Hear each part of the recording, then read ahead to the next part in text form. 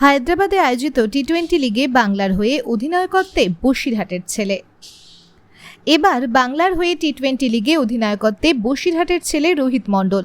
Great cricket step association of ইন্ডিয়ার উদ্যোগে আয়োজিত 10 তারিখ অনূর্ধ্ব 15 টি-20 লিগ শুরু হয়েছে হায়দ্রাবাদে। সেই টি-20 লিগে দেশের 16টি দল অংশগ্রহণ করবে, যেখানে বাংলার হয়ে টি-20 লিগে অধিনায়কত্ব করতে চলেছে বসিরহাটের বাদুড়িয়ার কানুপুর গ্রামের কিশোর রোহিত মণ্ডল। রোহিতের বাবা মহসিন মণ্ডল পেশায় রাজমিস্ত্রি, মা অন্যের বাড়িতে কাজ করেন। 15 বছর বয়সেই বোলিংয়ে 130 গতির ঝড় বসিরহাটের এই কিশোরের। রুটিরুজির টানে বাবা মা দুজনেই দিল্লিতে পরিযায়ী শ্রমিক হিসেবে কাজ করেন। নুন আনতে পান্তা ফুরোনোর পরিবারে 5 বছর বয়সে বাবা মায়ের কর্মসূত্রে দিল্লিতে যায় রোহিত। সেখানে ক্রিকেট খেলা দেখে আসক্ত হয়ে পড়ে। পরবর্তীতে ক্রিকেট খেলাকে ভালোবেসে বাবা মায়ের কাছে ক্রিকেট খেলা শেখার আবদার জানায়। এভাবেই অদম্য ইচ্ছা, শক্তি ও পরিশ্রমের ফলে রোহিত দিল্লিতে স্থানীয় ক্লাবে এক কোচের নজরে পড়েন। তারপর খেলা করে পাঞ্জাব, হরিয়ানা সহ একাধিক রাজ্যে খেলেছে।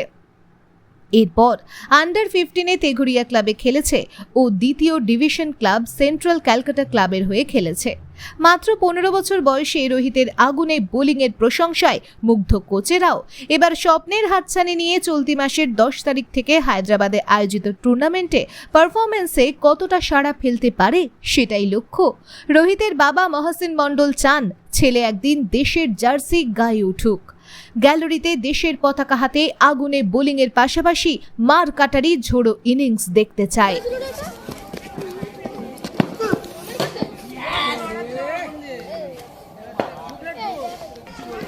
আপনাদের ছেলে অল ইন্ডিয়া খেলায় সিলেক্ট হয়েছে আর আমাদের রাজ্যের পশ্চিমবাংলার টিমের অধিনায়ক হয়েছে, তা আপনারা এ নিয়ে কীরকম? খুব খুশি হয়েছি। ধীরে ধীরে বাড়তে চলেছে। আশা করি এর থেকে ধীরে ধীরে আরও উপরে উঠবে ছেলে। আর খুব পরিশ্রম করে আর দুটো বাচ্চাই মানুষ করেছি। ছেলের আশাটা পূরণ করেছি। আর গরিব মানুষ, না খাটলে খাওয়া হবে না, খেটেই আজকে এই পর্যন্ত করেছি। ধীরে ধীরে আমার কিচ্ছু নেই, জনের ওপর সব নির্ভর। এখন সবার দোয়া, ছেলের পাশে থাকলে এই শুক্রিয়া। আপনার ছিল যে ছেলের আজকে ভারতে আমাদের রাজ্য হয়ে খেলবে, সবার পাশে থাকবে, সবার দোয়া সাথে থাকবে। আমরা দিল্লিতে থাকতাম, থাকার পরে ও ক্রিকেট খেলায় ব্যাপক ইচ্ছা, ওর সেই ইচ্ছার এতে আমি ওর ভর্তি করে দিয়েছিলাম। দেওয়ার পরে ও শরীর খারাপ হলো, ও খেলা বন্ধ করে না।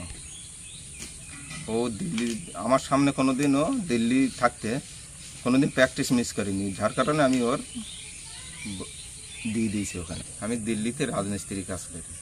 ওর যা ইচ্ছা, ওই ইচ্ছার এতে আমি ওর যত কষ্টই হোক আমি ওর সব কিছু দিয়ে বহন করে যাচ্ছি, যার কারণে ওর খেলার ইচ্ছা খুব। ওর যা আশা, তাতে করে আমরা আশাবাদী হচ্ছি ও একদিন আমাদের ইন্ডিয়ান টিমের হয়ে খেলুক, সেই আশাটুকুই করছি সবাই। দেখতে থাকুন নিউজ প্রাইম টাইমস, আপনাদের সাথে, আপনাদের পাশে।